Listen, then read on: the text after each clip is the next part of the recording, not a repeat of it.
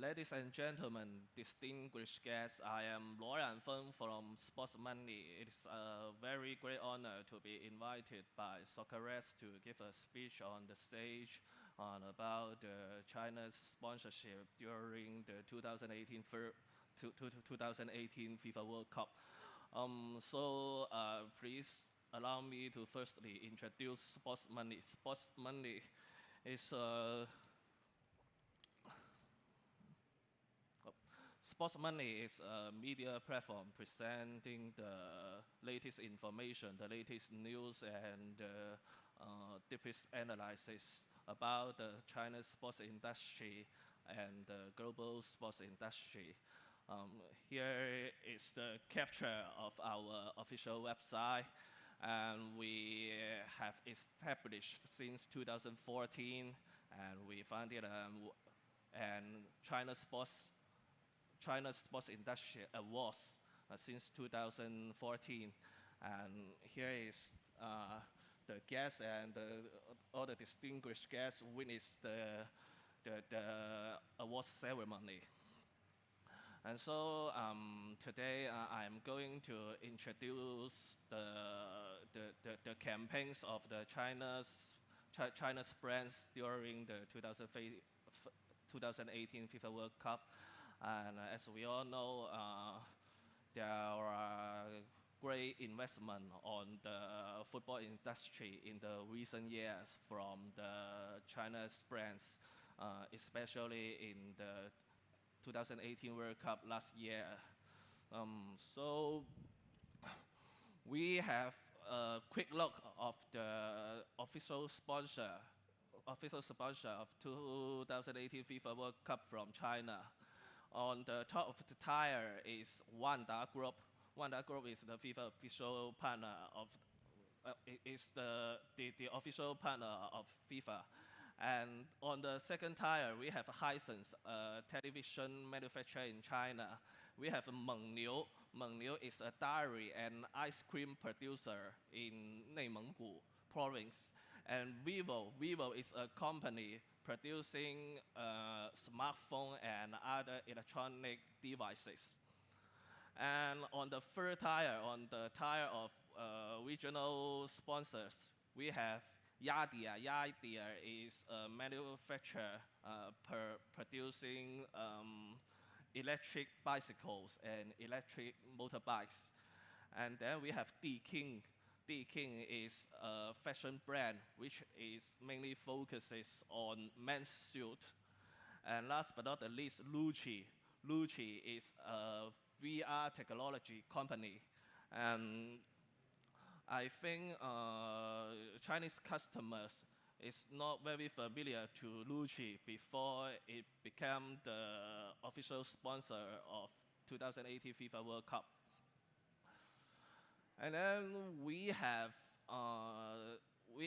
brands that sponsoring the teams competing in 2018 FIFA World Cup.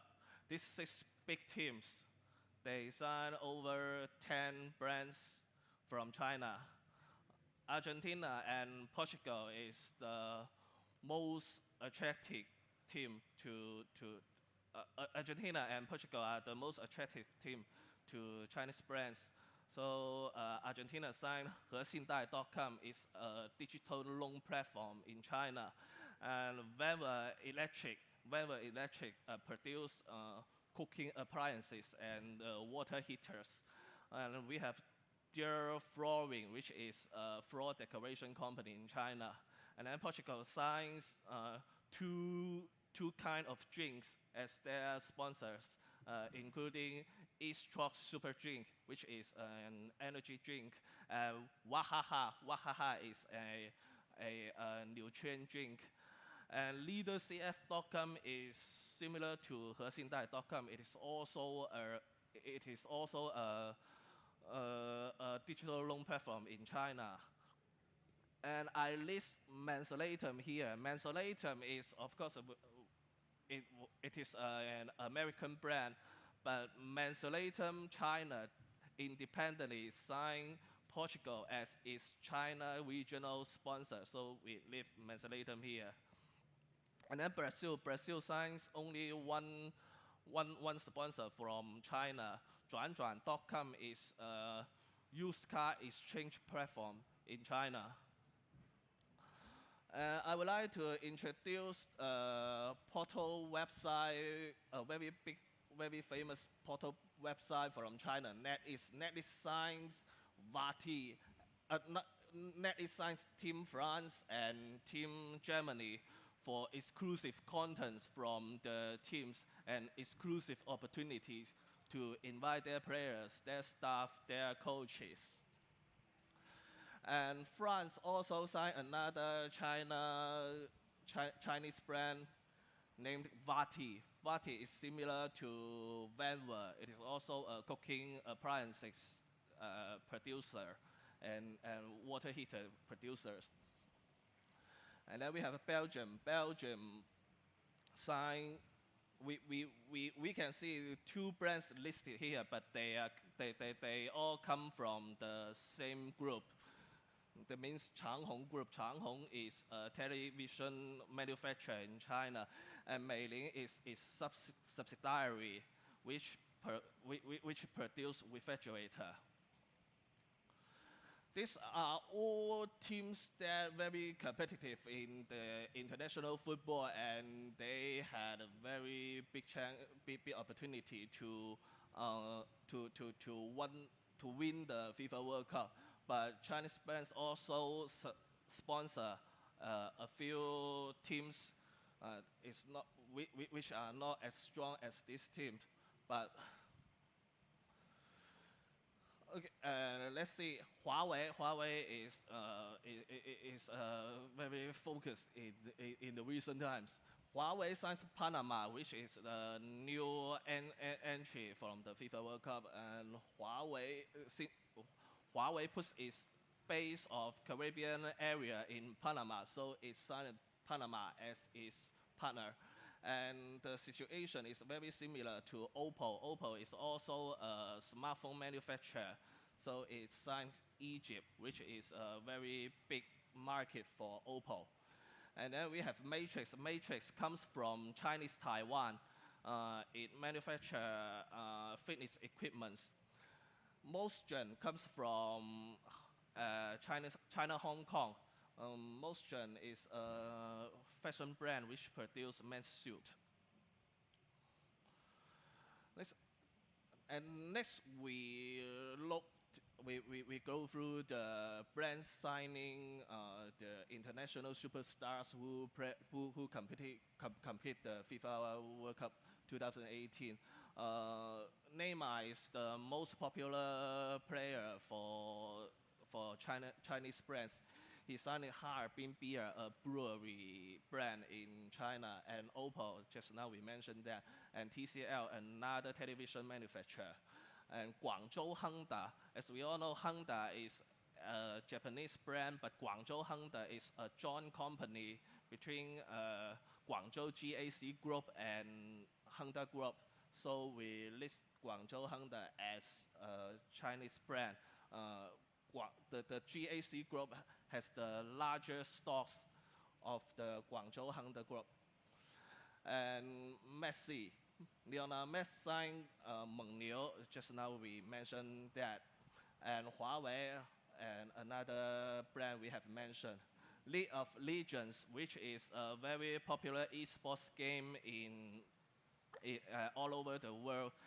It is developed by an American video game developer, Riot. But Riot is a subsidiary of Chinese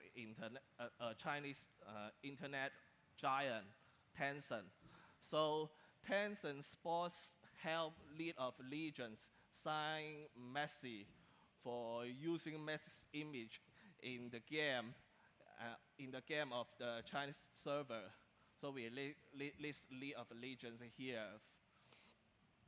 Cristiano Ronaldo just signed only one Chinese brand. We is an automobile brand from China. And Soccerex signed Gourmet. Guomei is electric appliances exchange. No, sorry.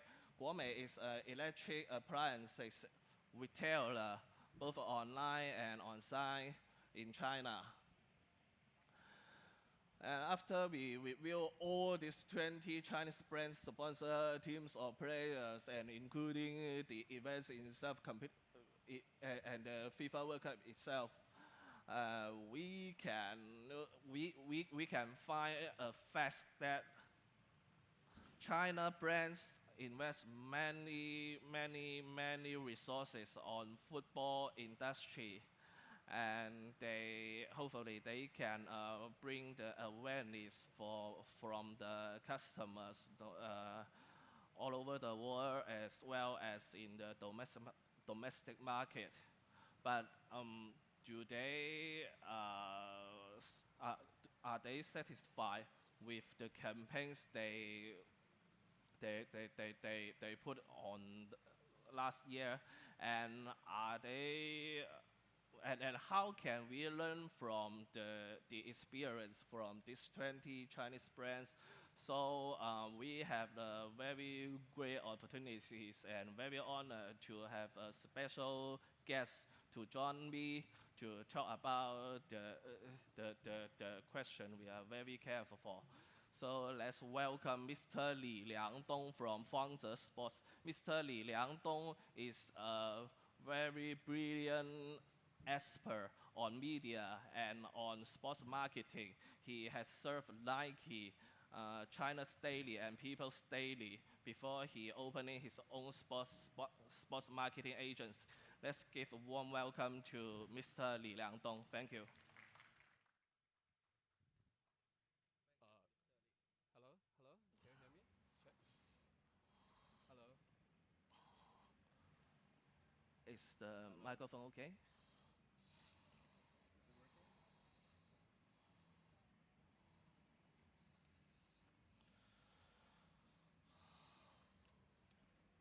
Is it working? Thank you.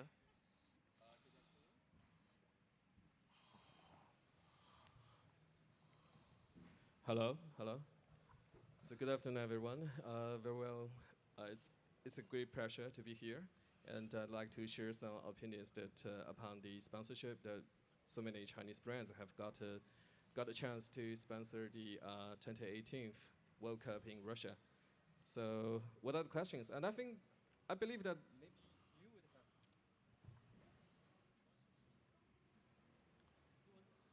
Hello? Okay. And I think that maybe you guys here would have more strange questions, and I'm waiting for more after our conversation, okay? Yeah. Yeah, okay. Okay. Of So let's course. start. Yeah, we can leave some time to the distinguished guests here. But firstly, would you like to evaluate a few campaigns from these Chinese brands? I suggest we start from Hisense, because Hisense is a very great brand to ex- to expand its brand awareness in the international market through the 2018 World Cup campaign. So how do you evaluate the campaign of Hisense? Okay, so for me, that I'm not sure how many of you really understands what Hisense is making. It's a giant manufacturer for home appliances, electronic home appliances. And I think the campaign, I mean, everything for them, the marketing strategy is to make themselves really more exposed to global markets, because they want to find more places like what China is promoting, the Silk and the Belt and the Road. Is always to find more new marketplaces for Chinese manufacturers. So Hisense actually started its sponsorship of global events, mainly on football, since 2016. They sponsored the Euro Cup. I mean, yeah, that year. But it is pretty weird. They only have the Chinese language on the LED on pitch. So they have learned from that. And in year 2018 in Russia, they actually have 4 languages in English, Chinese, and also I think that's Spanish, Russian, and as Russian, we can yeah, see and on also the screen. And Japanese. and also Japanese, which is an improvement. And later on, there were figures showing that their global awareness has raised like 6 points, and their global sales has increased like 20% at the end of the year. So that's pretty good. So it is fair to say the campaign of Hisense is very successful on the international market. Yeah, I think that's a great start. And I guess there are other brands focusing mainly on the domestic market. Let's say Vivo. How do you evaluate Vivo? For Vivo, I think that it's a mobile set manufacturer, and it's ranking like the fourth place of in China. So it has a aggressive strategy, leveraging sports marketing to go to more countries like Indonesia and also India, so many other places. And I think that for Vivo, they sponsor the World Cup, and they mostly put the resources onto the activation on pitch, and also they have a lot of campaigns, I mean, spendings on TV live broadcasting. So that's basically what they did. Uh, yeah, generally speaking, it's a very common practice. So I think that for Vivo, they are just accumulating the experiences and trying to find the best strategy to do so. Maybe next time. Uh, I think the Chinese customer knows that the social media marketing, Vivo is very good at marketing Yeah, on I the think that social media, but I don't think they put so much efforts on the social marketing about the World Cup. I think it's a bit yeah, weird. yeah. Talking about the landscape of media, it is pretty interesting when we notice the fact that Vivo should be a mobile set. It should be more connected with the social media actually. But last year, we witnessed something quite strange. It has very few social campaigns. But leveraging TV, actually CCTV5, the most dominant sports TV in China. And maybe that's largely because CCTV5 was the only right holder, to broadcast the games. Um, as we can see on the screen, this is a special exclusive exposure pack for Vivo during the final of the FIFA World Cup 2018. It's a 90-second period for the Vivo exclusively presented on the AD boards on the LED on this big LED screen. I guess they spend many money on this Yeah, part of the. because for Chinese brand, for domestic brands, it's very important for them to give a premium image to domestic users or consumers. So being there on a global stage would be the very first thing they would do. So that's why you can see lots of activations on pitch. We know that Mengniu also spare no effort to promote its brand during the FIFA World Cup 2018. They become the official sponsor of the event, and they sign Messi and and produce a commercial to broadcast on the CCTV. And how do you evaluate Mengniu's campaign? Actually, there are two largest dairy producers in China. One is Mengniu, the other is Yili. So Yili has been in a dominant place for many years, and I think that that's why Mengniu was trying to build up their new strategy, focusing on, not just housewives, but also on male consumers at a time. They got a new marketing director, August 2017, and they decided to invest on the FIFA World Cup just right at the next month. So you can see, you can calculate how many months lead time they would have for the marketing campaigns. So for me, I think they were just trying to make a change at a time. So you can see they signed the deal actually December 2017, and they had the news release right afterwards. They sign up a Messi, I think that in the springtime, and they shoot TVC. And that's why you can see that why uh, Mengniu, the Starry brand, only has one TVC commercial on CCTV. And that commercial, the storyline was totally about Messi. And when Argentina uh, was, out of the game after the first round, then it began quite a joke. I mean, yeah, it's not a great story anymore. So many people actually, especially the Chinese people, they joked about this. So the whole story was not that well prepared to my understanding. And so given the fact that the short lead time is usually what happen on Chinese brands, and the decision-making process is too long, which delays their preparation. That's a issue, I think, that facing many Chinese brands. And that's also a learning process for all. This is a frame capture of the TV commercial of Mengniu during FIFA World Cup 2018. As we can see, a Messi lying down here, and maybe after maybe this is also a real forecast of the performance of Argentina.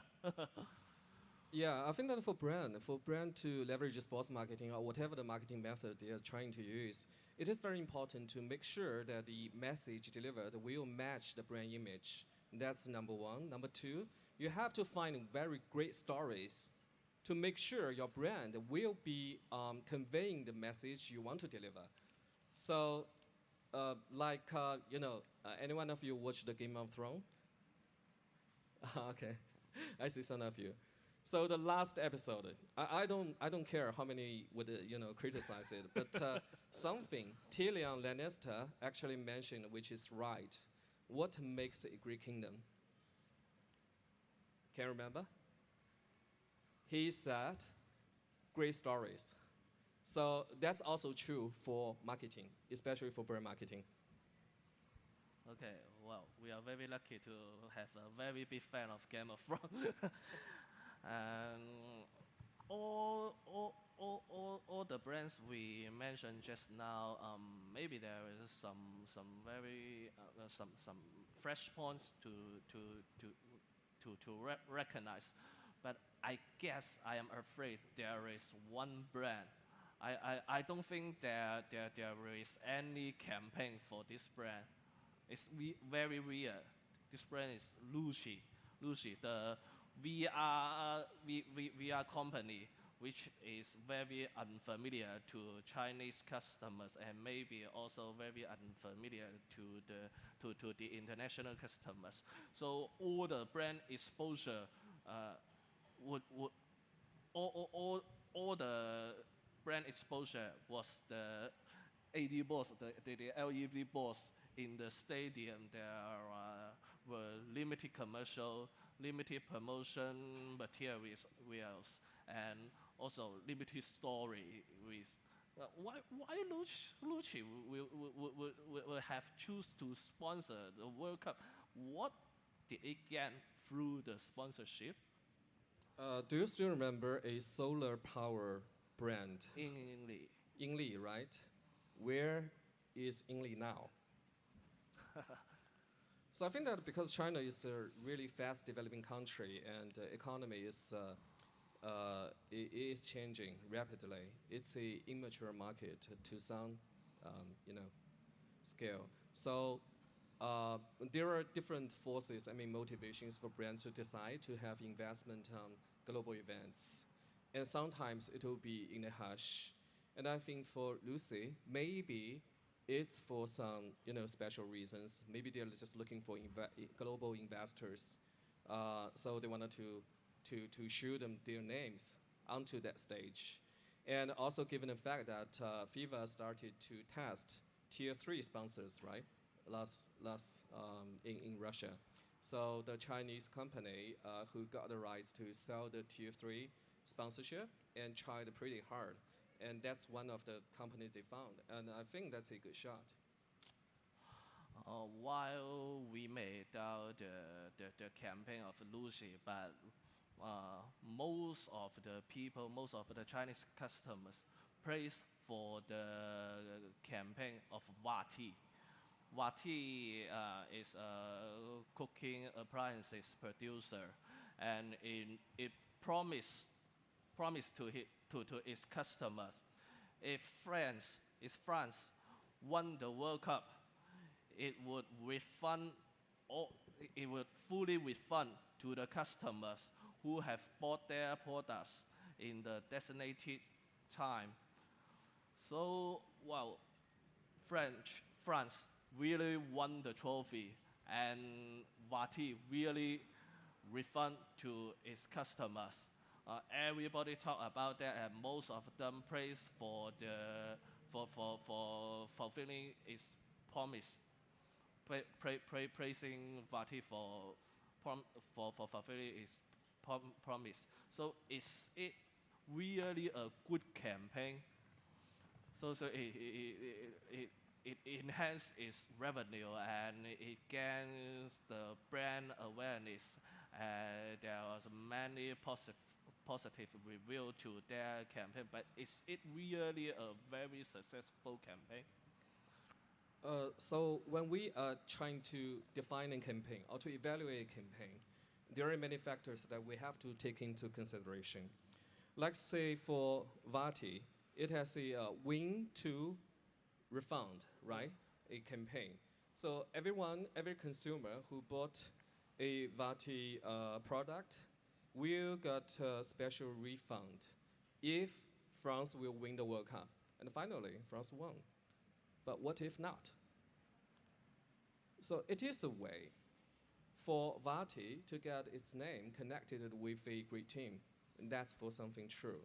But we also see brands have different stages.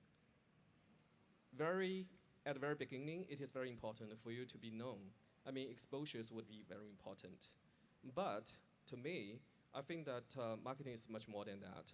Because as what I've just mentioned now, messaging and a story would be even important. Because that's something would last for a long time, not just for, one-time shot.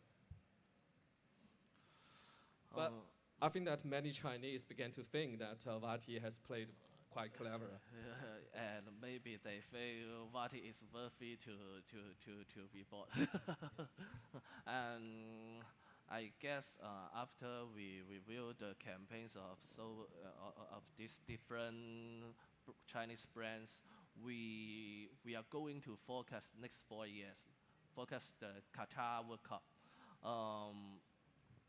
Seven Chinese brands sponsoring becoming the FIFA World Cup official partners. I think it is fair to say it is the exposure of Chinese brands reached to a peak level in the history of the World Cup. But how about 4 years later in Qatar? Are they going to keep the same enthusiasm to promoting their brands through the World Cup, through the football? I think that's a very big question because we can see the marketing landscape is changing rapidly, especially in China. There are several things we have witnessed, like say the media has changed. There are so many social and mobile media is becoming more and more dominant. That's on one hand. And also we can see the e-commerce in China that is developing so fast. That has changed many things. There is a department in Nike we call direct to consumers. And we are opening stores elsewhere, just trying to find consumers. We can sell products to them directly, not through those wholesalers or retailers. And also that the e-commerce has give this kind of shortcut or access to all the brands. And the Chinese brands are trying to save some budget on marketing, but actually make marketing more relevant to the sales figures. So for any organizations, sports organizations or tournament organizers, it will be pretty hard for you to convince a brand what kind of result it will drive directly to their business. So for the next 4 years, we can see lots of changes. This morning, we just got news. It's officially announced that the Qatar World Cup will not have more teams, right? Yeah. It will not expand. And because it is in the Middle East, and traditionally speaking, the Chinese have special kinds of relationship with Russia rather than the Middle East. So we will wait and see. But the situation will not be optimistic as the Russian one, as what I see. And two Chinese brands will continue their sponsorship. One is Wanda, Wanda Group, and the other is Vivo. Vivo. Yeah, Vivo as well as see. Yeah, no more other things that so far we can tell. And there is also the pressure from the microeconomy side, even give concern to the Sino-US trade war. There are lots of uncertainties at this stage. And I guess here goes to the time for the distinguished guests. If there are any ideas or any questions Yeah. to share, Mr. Lee will Hello. Hello. help. Quick question. Do you see any difference from the sponsorship point of view? Because everything so far discussed is around the World Cup or Western games, right? But do you see that Chinese brands are approaching better local games, like in local CSL, basketball, and other leagues? In China, the two largest sports tournaments, one is the China Super League, and the other is the China Basketball Association tournaments.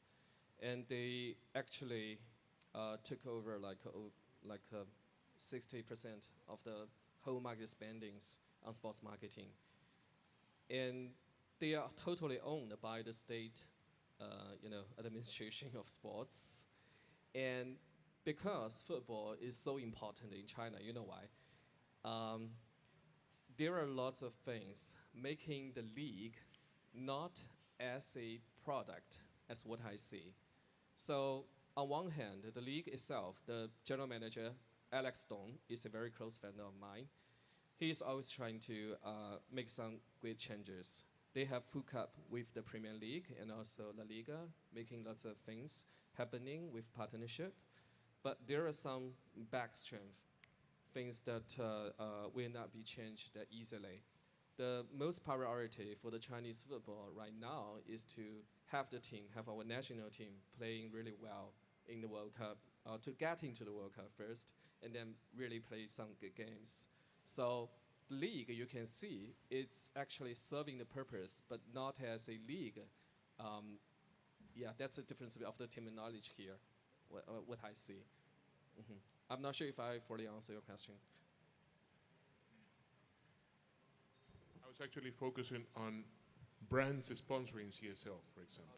Because here you see a lot of misconnection and misplacing between the Chinese brand or the Chinese brand reputation and the World Cup, right? Because it's a Western sport. But if I'm a Chinese brand sponsoring a Chinese event like for example, CSL or any other Chinese league, do you see that there's a better connection between what the brand is doing on the sponsorship, or do you still find that there's a big mismatch between what the brand is trying to say in storytelling, messaging, and so on, and with the league? So do you think that disparity still exists because of the maturity of the brand communicating this to clients, or that is doing a much better job? Yeah, I think that for China Super League, exposure is still the priority for the brands sponsored. Like Ping An is the largest sponsor for China Super League. Actually, I have meetings with them. They're still struggling.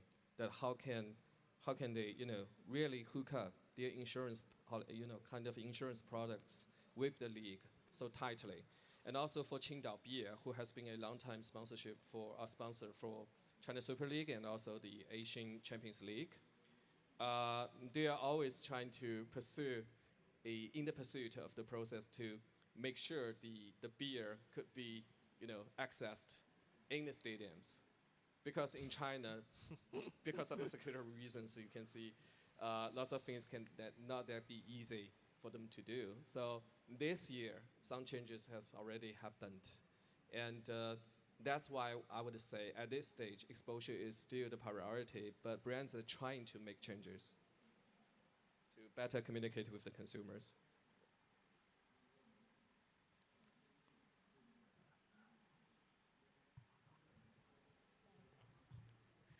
Thank you very much for your presentation. I'm always very curious about why companies like Wanda, Mengniu, they're sponsoring the FIFA World Cup because they're already quite well known in China. And so there's no need to expose for a Chinese audience. But I think it's unnecessary also for foreign customers to buy, for example, the Mengniu milk products. So I'm always quite curious about it, and probably you can share some insight. Thank you. No media here? No Wanda here. No, I cannot say anything more about that because I think that different brands have different their own strategy of things. Like Wanda used to have a very kinds of international point of view to do more businesses outbound. So that's why Wanda began to, began to get leverage the energy, the power of sports to get into many fields or many countries. So World Cup is important that strategic level. For Mengniu, as what I've just mentioned, that company, I mean the whole corporation, was trying to find the change to make sure they will be differentiated from the other dairy brand, Yili. So when Yili is targeting mamas, they were trying to do something quite special. And that's one way they're trying to make the change. So we can judge afterwards to say that if it is successful or not. But for them, maybe that's a way they can push internally, not just externally, but internally to do something special. Yeah, it is always when you are running a brand, you will always feel the pressure internally a lot, especially like such a brand like Mengniu. It's the state-owned by the Zhongliang Group, right? And there are many people questioning about how it can, win more market share when Yili is making lots of bold moves on the Winter Olympics and the Olympics. So I see it's not just a kind of pressure from their marketing strategy, but also they have to decide how they can tackle with the competitors also. Yeah. Yeah, we can share more afterwards. Okay, so no more questions. Okay. Please.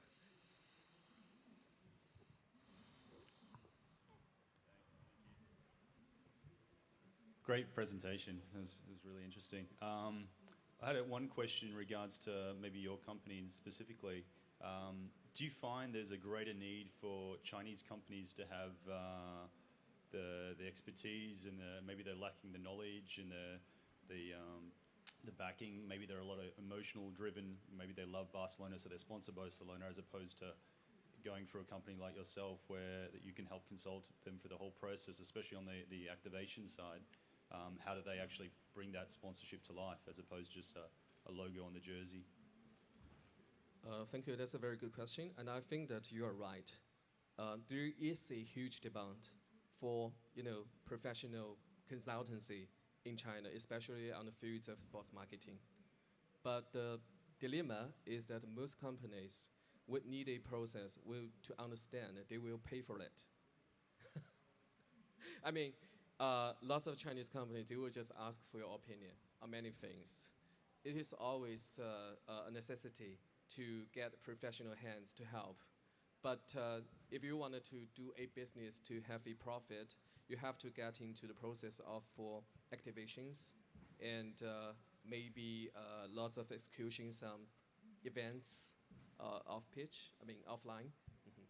So if you are trying to get into Chinese, the Chinese market, you have to understand it's still developing. So there are many it still needs some time, to get more matured and to get more integrated into the world system. Okay? Yeah, okay, thank you. Okay, so thank you all for today. And if anyone wanted to talk with Mr. Luo afterwards, please go. Thank you. So I guess that concludes our panel today. And thank you, Mr.